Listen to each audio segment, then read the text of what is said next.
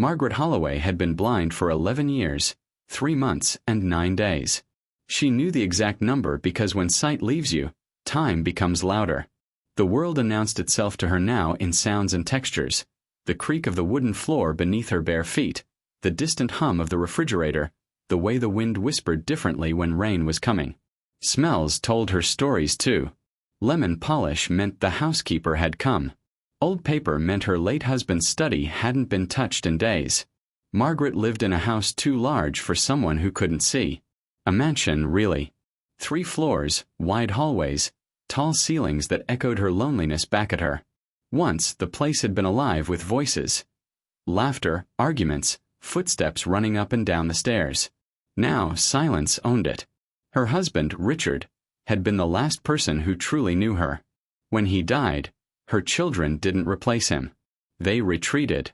They visited out of obligation, not affection. "Mom, you need more help," her daughter Claire said over the phone one afternoon. Margaret tightened her grip on the arm of her chair. "I'm managing." "You fell last month." "I tripped," Margaret snapped. "There's a difference." A pause followed, one of those uncomfortable silences that said we're going to do what we want anyway. "We hired a caregiver," Claire finally said. Margaret's jaw tightened. "Another one?" "Yes. She starts Monday." Margaret sighed. Caregivers came and went like seasons. Some lasted weeks, others months. None stayed long enough to matter. Then Claire hesitated. "Mom, she's black." Margaret didn't answer right away. She hated that the word stirred something inside her. Something old, uncomfortable, and rooted in a past she'd never fully questioned. She hated it even more that her daughter sounded defensive, like she already expected resistance. "I don't see why that matters," Margaret said stiffly. Claire exhaled. "Good. Because she's already been paid." Margaret ended the call without another word. Monday came whether she liked it or not. At exactly 8 in the morning, the front door opened. Margaret sat stiffly in her chair, chin lifted, ears sharp. She heard footsteps, steady, unhurried, confident. No nervous shuffling like the others. No loud announcing of presence. Then a voice. "Good morning, Mrs. Holloway." Warm, calm, female. "This is Naomi. I'll be your caregiver." Margaret did not stand. "I didn't hear you knock." "I did," Naomi replied gently. "But you were listening to the radio." Margaret frowned. She hadn't realized the radio was on. "Well," she said coolly, "you can turn that off. I like my mornings quiet." Naomi did so immediately. No sigh. No attitude. "That's fine," she said. "Would you like your tea now, or after breakfast?" Margaret bristled. "I haven't told you how I like my tea." "I'll learn," Naomi said simply. Margaret didn't like that answer. She tested Naomi from the start. She criticized the way she folded towels. She complained Naomi walked too softly, then too loudly. She accused her of moving things that hadn't been touched. Once she deliberately knocked her cane against a chair and said sharply, "You left that there on purpose." Naomi paused. "I'm sorry you think that," she said calmly. "I'll move it." No argument. No defensiveness. That annoyed Margaret more than if Naomi had snapped back. Still, things changed slowly, almost without Margaret's permission. Naomi learned the house faster than any caregiver before her. She memorized the placement of furniture, counted steps between rooms, announced her presence softly so Margaret wouldn't startle. She described the day each morning, not just the weather but the feeling of it. "The air smells clean today," Naomi said one morning. Like the world just washed its face. Margaret scoffed. "You talk too much." Naomi laughed. Not mockingly, warmly. "I'll work on that." She never did. One afternoon, while preparing lunch, Naomi hummed quietly to herself. A low, gentle tune that wrapped itself around the room. "Must you do that?" Margaret snapped. Naomi stopped immediately. "I can be quiet." Margaret opened her mouth to say something else, but didn't. The silence felt heavier without the humming. That night, alone in her bed, Margaret realized something unsettling. She missed the sound. Days passed. Then weeks.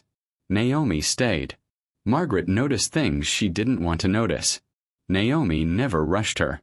Never spoke down to her. Never treated her blindness like weakness. When Margaret dropped something, Naomi didn't grab it immediately. She asked first, "Do you want help, or do you want a moment?" No one had ever asked her that before. One evening after dinner, Margaret muttered, "You'll leave eventually. They all do." Naomi washed the dishes quietly. "Maybe," she said. "But not today." Margaret swallowed. She hated how much that answer comforted her. She hated it even more that she was starting to look forward to hearing Naomi's footsteps every morning. And deep down, where pride couldn't reach, Margaret felt the first crack in the wall she'd built around her heart. Margaret Holloway had always believed she was a patient woman. Blindness, however, had a way of proving her wrong. By the third week of Naomi's arrival, Margaret realized something deeply inconvenient. Naomi was not intimidated by her moods. She didn't shrink when Margaret raised her voice, nor did she rush out of the room when Margaret grew sharp-tongued. Instead, Naomi treated Margaret's temper the way one treated bad weather. Acknowledged, prepared for, but never frightened by. That alone made Margaret uneasy. "Why do you keep opening the curtains?" Margaret snapped one morning from her chair by the window. "So the sunlight can come in," Naomi replied calmly. "I can't see it." Naomi smiled softly. "But you can feel it." Margaret pressed her lips together. "I didn't ask for poetry." Naomi chuckled. "Noted." She still opened the curtains every morning. Margaret complained about everything. The eggs were too soft, then too hard. The house smelled too much like soap, then not enough. Naomi was too quiet while working, then too chatty while cooking. One afternoon, Margaret accused her outright. "You're trying too hard," she said. "Caregivers always do. They think kindness will make them indispensable." Naomi paused. "Is that what happened to the others?" Margaret stiffened. "They left." Naomi nodded slowly. "I'm sorry." That answer disarmed Margaret more than any argument could have. Humor arrived unexpectedly. One day, Margaret insisted on walking from the living room to the kitchen alone. Naomi hovered close, offering gentle guidance. "I don't need babysitting," Margaret muttered. "I know," Naomi replied. "I'm just your invisible safety net." Margaret stopped. "Invisible? Well, I am black," Naomi said lightly. "Not exactly invisible in most rooms." Margaret gasped before she could stop herself, then laughed. A real laugh, sharp and surprised. "Well played," she admitted. Naomi grinned. "I've been waiting weeks for that." The house felt different after that. Lighter. Margaret began asking questions she pretended were casual. "How old are you?" "Do you have children?" "Why caregiving?" Naomi answered honestly. She spoke of her mother, who had cared for others until her hands ached. She spoke of learning patience early, of understanding that dignity mattered more than speed. Margaret listened. One afternoon, Naomi described the garden outside in vivid detail. The roses, the ivy creeping up the fence, the stubborn weeds that refused to die. "You'd like it out there," Naomi said. Margaret scoffed. "I can't see it." "But you can smell it," Naomi replied. "And you can feel the breeze." That evening, Naomi guided Margaret outside for the first time in years. Margaret's fingers brushed against rose petals. The sun warmed her face. She breathed deeply, surprised by how alive she felt. "I forgot this," Margaret whispered. Naomi didn't respond. She knew some moments needed silence. That night, Margaret called for Naomi from her bedroom. "Yes, Mrs. Holloway." Naomi answered immediately. "Don't leave yet," Margaret said, her voice quieter than usual. Naomi sat beside her bed. "I'm here." Margaret hesitated, then admitted, "You're different." Naomi smiled softly. "So are you." Margaret lay awake long after Naomi left the room, listening to the house breathe. For the first time in years, the silence didn't feel like abandonment. Still, fear lingered beneath her growing affection. Everyone left eventually, and Margaret wasn't sure her heart could survive another goodbye. Margaret Holloway woke up in a panic. Her hand reached for the bedside table, and found nothing but air. "Naomi," she called out, her voice sharper than she intended. No answer. Her heart thudded painfully against her ribs. The house felt too quiet, too empty. For a terrifying moment, she was certain Naomi had left, quietly, without warning, just like the others. Then she heard it. The faint clatter of pots in the kitchen. The soft hum that had become familiar. Relief washed over her, followed immediately by irritation. At Naomi for not being close enough, and at herself for caring. By the time Naomi entered the bedroom, Margaret's expression was already guarded. "You didn't announce yourself," Margaret said coolly. Naomi paused. "I didn't want to wake you." Margaret huffed. "I was awake." Naomi studied her for a moment. "You sound scared." Margaret straightened. "Don't be ridiculous." But Naomi had already noticed the tightness in her voice, the way her hands trembled slightly. She didn't press the issue. Instead, she poured tea and placed it gently into Margaret's hands, guiding her fingers to the handle. "There you go," Naomi said. "Just the way you like it." Margaret took a sip and exhaled. Later that day, Claire called. Margaret answered on speakerphone while Naomi folded laundry nearby. "Mom, how are things?" Claire asked. "Fine," Margaret replied curtly. "We're thinking of rotating caregivers," Claire continued. "Just to make sure you don't get too attached." Margaret's chest tightened. "What does that mean?" "It's healthier," Claire said. "We don't want you depending too much on one person." Naomi froze where she stood. Margaret's voice hardened.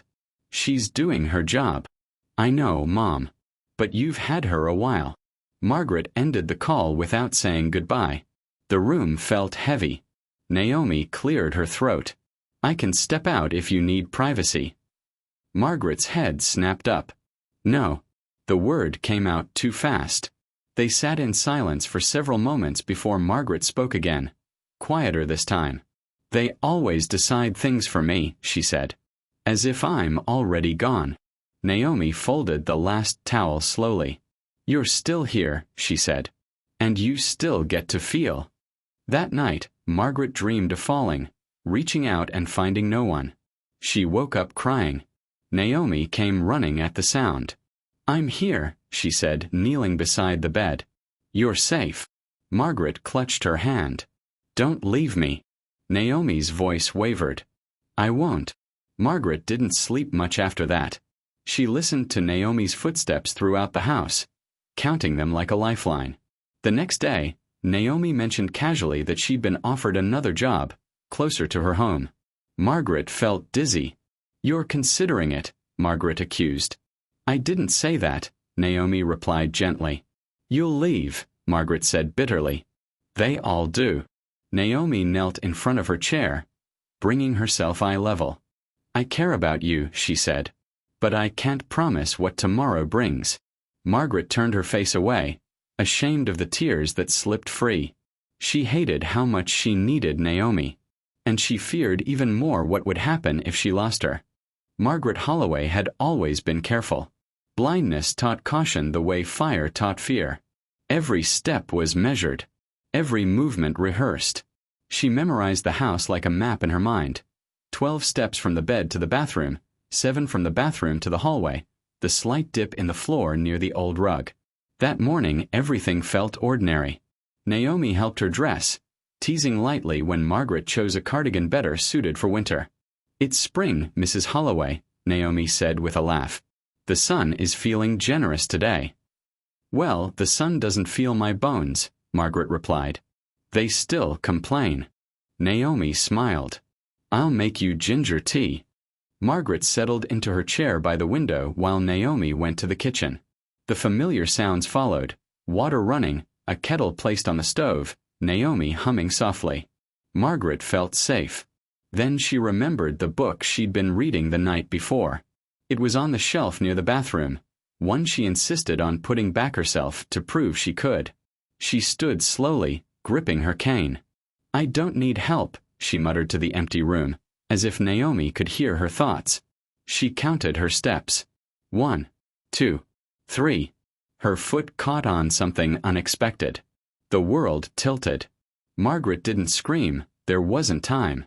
Pain exploded through her side as she crashed to the floor. Her cane skidded away. Her breath vanished from her lungs, replaced by panic so sharp it tasted metallic. She tried to move. Agony answered. "Naomi!" she cried, her voice echoing too loudly in the hallway. "Naomi!" No response. Fear wrapped around her chest. She lay there helpless, heart pounding, imagining herself stuck on the cold floor for hours. Days. Just another forgotten thing in a forgotten house. Then, footsteps. Running. Mrs. Holloway. Naomi shouted, dropping to her knees beside her. "Don't move. I'm here." Margaret sobbed at the sound of her voice. "It hurts," she whispered. "I can't get up." Naomi slipped one arm beneath her head, steady and careful. "I've got you. You're not alone. Stay with me." She spoke calmly, even as her hands trembled slightly. She checked Margaret's breathing, her legs, her arms. She kept talking about the ambulance she was calling, about the silly thing the neighbor's dog had done yesterday. Anything to anchor Margaret to the moment. When the paramedics arrived, Naomi rode with her. She didn't let go of Margaret's hand once. At the hospital, the hours blurred together. Voices, machines, unfamiliar smells. Margaret drifted in and out of awareness, terrified each time she woke, until she felt Naomi's hand in hers again. "You're okay," Naomi whispered. "I'm still here." Margaret's children arrived late that evening. "I had meetings," Claire explained awkwardly. Flights were expensive. Margaret didn't respond. She didn't need to see to know where Naomi was, still seated beside her bed, eyes heavy with exhaustion. That night, after everyone left, Margaret spoke softly. "I was wrong about you." Naomi squeezed her hand. "About what?" "About everything." Her voice broke. "I would have been on that floor alone if you hadn't been here." Naomi swallowed. "I couldn't imagine leaving you there." Margaret turned her face toward the sound of her voice. "You stayed." "Yes," Naomi said simply. Margaret exhaled shakily. "I don't say this easily, but you're the only one who truly sees me." Silence followed, thick and emotional. Naomi brushed a tear from her cheek. "Then let me keep seeing you." In that hospital room something shifted. Naomi was no longer just a caregiver. She was home. Recovery was slow. Margaret Holloway returned home with a fractured hip, bruised ribs, and a fear she could no longer hide. The house that once felt merely quiet now felt dangerous. Every step carried the memory of the fall. Every hallway echoed with the thought, what if? Naomi adjusted without complaint. She moved Margaret's room downstairs, rearranged furniture so paths were wider, placed textured mats on the floor so Margaret could feel where she was with her feet. She narrated every movement with patience, never rushing, never making Margaret feel like a burden.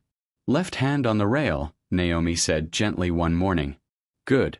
I've got you." Margaret clung to her arm, not out of weakness but trust. Her children visited more often at first. They hovered, asked too many questions, offered advice they wouldn't be around to enforce. "Maybe we should look into a facility," her son Daniel suggested one afternoon. Margaret stiffened. "I'm not a package to be stored." Naomi stood quietly in the background, folding blankets, listening. "She needs professional care," Daniel continued. "Someone neutral." Margaret laughed bitterly. "Neutral? You mean someone who won't care when I cry at night?" An awkward silence followed. Naomi spoke calmly. "Mrs. Holloway is healing well at home. She feels safer here." Claire sighed. "We appreciate you, Naomi. But this is family business." Margaret's voice cut through the air. "Then where was family when I was on the floor?" No one answered. That night, Margaret couldn't sleep. Her hip throbbed, but worse was the ache in her chest. She called softly into the darkness. "Naomi." Naomi appeared immediately. "I'm here." Margaret hesitated, then confessed, "I don't recognize my own children anymore." Naomi sat beside her bed. Sometimes people love from a distance because closeness scares them. Margaret scoffed. "That sounds like an excuse." Naomi smiled sadly. "Maybe. But it doesn't mean you're unlovable." Margaret's voice cracked. "You take better care of me than they ever did." Naomi looked down at her hands. "I choose to be present." Days turned into weeks. Margaret's dependence grew, not in weakness, but in connection. Naomi anticipated her needs before she spoke. She remembered stories Margaret mentioned only once. She laughed at her dry humor and teased her gently when she sulked. One afternoon, Margaret realized Naomi hadn't left her side all day. "Don't you get tired of me?" she asked. Naomi laughed. "You're easier than my nieces." Margaret smiled. Then fear crept back in. "What happens if you leave?"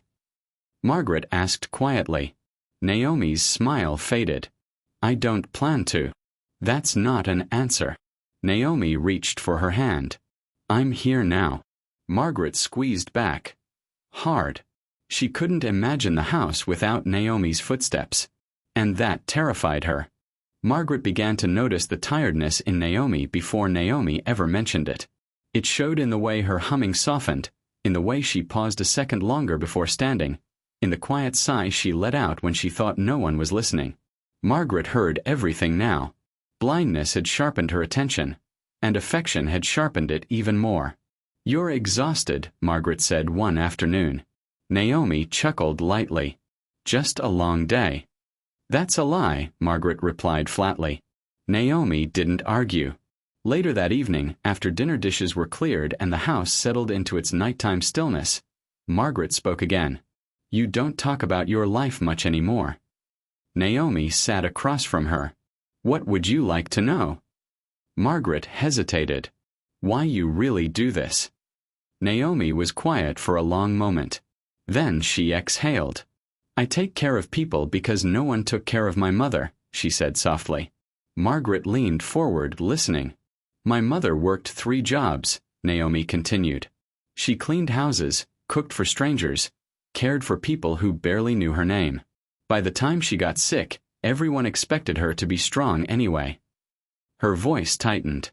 "I promised myself I'd never treat another human being like they were invisible." Margaret swallowed hard. "And the job closer to your home?" Margaret asked carefully. "The one you mentioned before." Naomi nodded. "It pays more. Shorter hours." Margaret's chest tightened. "You're going to take it." "I haven't decided," Naomi replied. That night, Margaret couldn't sleep. Her thoughts circled painfully around one truth. Naomi had a life beyond this house. Dreams. Needs. Obligations. Margaret hated herself for wishing Naomi's world were smaller. Closer. The next morning, Naomi didn't come at her usual time. Margaret panicked. "Naomi." She called. "Naomi." Minutes passed. Then Claire's voice answered instead. "Mom, it's me." Margaret's heart dropped. "Where's Naomi?" Claire cleared her throat. "She had an emergency. She'll explain later." Margaret spent the entire day anxious, imagining the worst. When Naomi finally arrived that evening, her voice sounded strained. "My mother collapsed," Naomi said quietly. "She's stable, but she needs care." Margaret reached out blindly and found Naomi's hand. "You should be with her." Naomi squeezed back. "I need this job." Margaret shook her head. "No, you need your mother."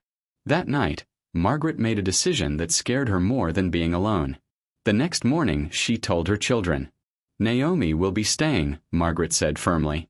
"And I will pay her properly." Claire hesitated. "Mom." "No," Margaret cut in.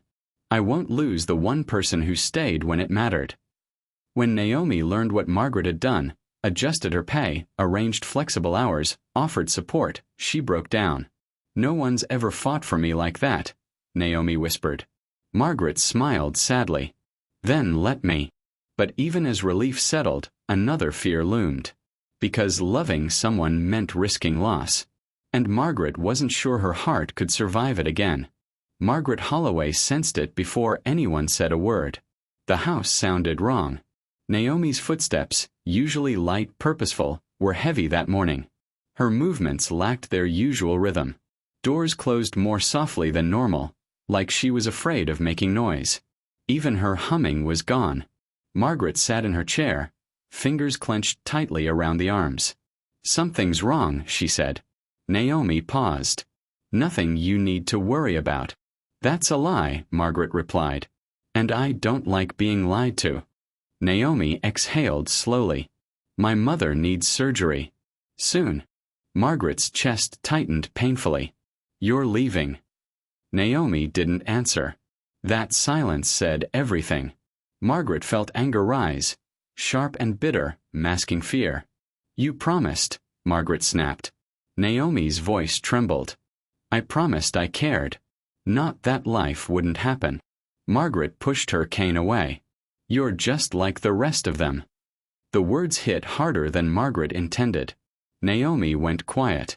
"I've given everything I have," Naomi said softly. "But I can't choose between you and my mother." Margaret turned away, shame flooding her. "Go then." Naomi hesitated. "I don't want to leave like this." "Well, I don't want to be alone," Margaret whispered, but it was too late. Naomi left that afternoon. The house fell silent in a way Margaret had never known.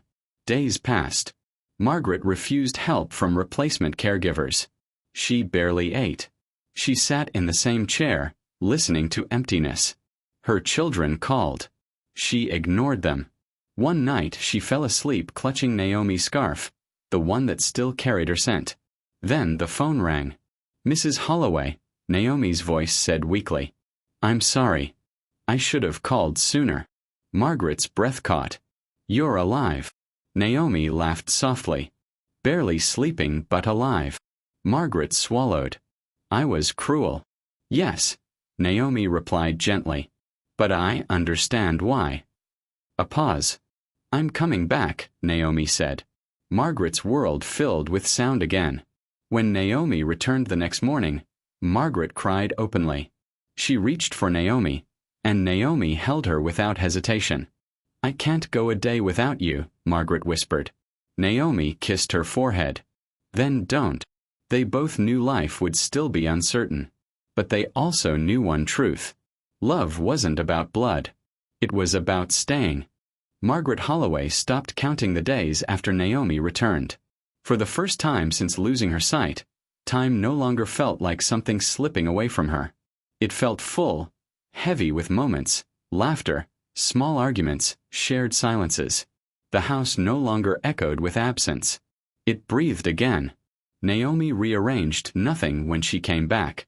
She didn't announce her return with grand promises or apologies.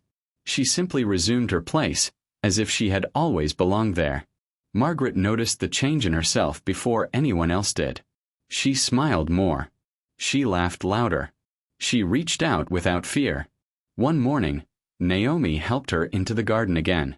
The roses were in bloom, their scent thick and sweet. Margaret traced the edge of a petal with trembling fingers.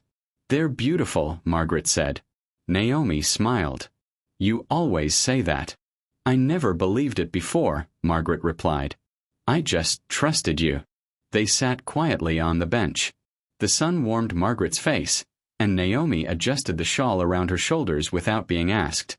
"You know," Margaret said slowly, "I spent most of my life believing strength meant not needing anyone." Naomi tilted her head. And now, Margaret continued, "I think strength is choosing who you need."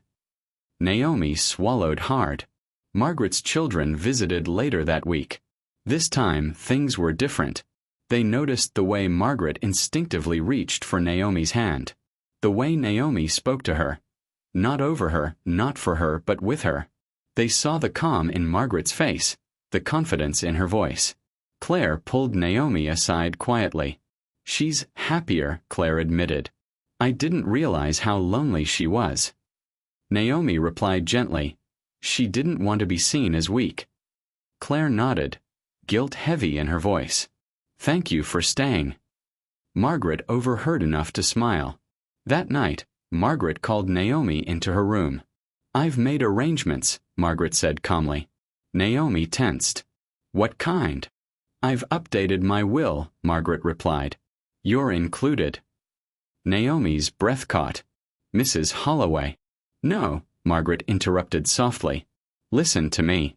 You gave me dignity when I had none left. You gave me laughter when the house was silent. You gave me sight in a way no doctor ever could." Tears slid down Naomi's cheeks. "I don't deserve." "Yes," Margaret said firmly. "You do." Naomi knelt beside her bed, resting her head near Margaret's hand. Margaret ran her fingers through Naomi's hair slowly, deliberately, memorizing the texture the way she memorized everything that mattered now. "I used to fear dying alone," Margaret whispered. "Now I fear waking up without you." Naomi smiled through tears. "You won't." Days turned into months. Margaret grew stronger, not just physically but emotionally. She stopped apologizing for needing help. She stopped hiding her affection.